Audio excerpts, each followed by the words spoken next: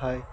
இன்றைக்கி வந்து என்ன பார்க்க போகிறோன்னா, உலகத்தில் இருக்கிற எல்லா மக்களும் பயன்படுத்தக்கூடிய ஒரு பெட்ரோல் மற்றும் டீசல் விலையெல்லாம் கண்ட்ரோல் பண்ணுறது ஒரு சின்ன கடல் வழி பாதை தான். உங்களுக்கு தெரியுமா?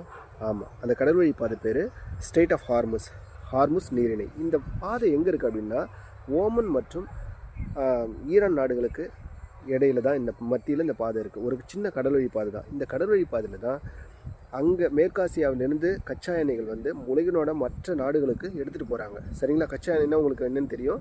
கச்சா எண்ணெய் வந்து கச்சா எண்ணெயிலேருந்து தான் நம்ம பயன்படுத்தக்கூடிய பெட்ரோல், டீசல், விமான எரிபொருள், அப்புறம் சிலிண்டர், அப்புறம் ரோடு போடக்கூடிய விட்டமின்ஸ் இதெல்லாம் தயாரிக்கிறோம்.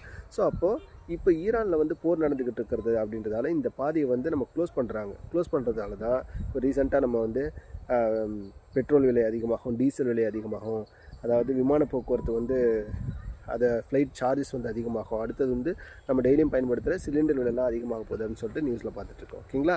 இதோட விரிவான தகவல்களை நம்ம நைட்டு லைவில் பார்க்கலாம். ஓகேங்களா? Bye, take care.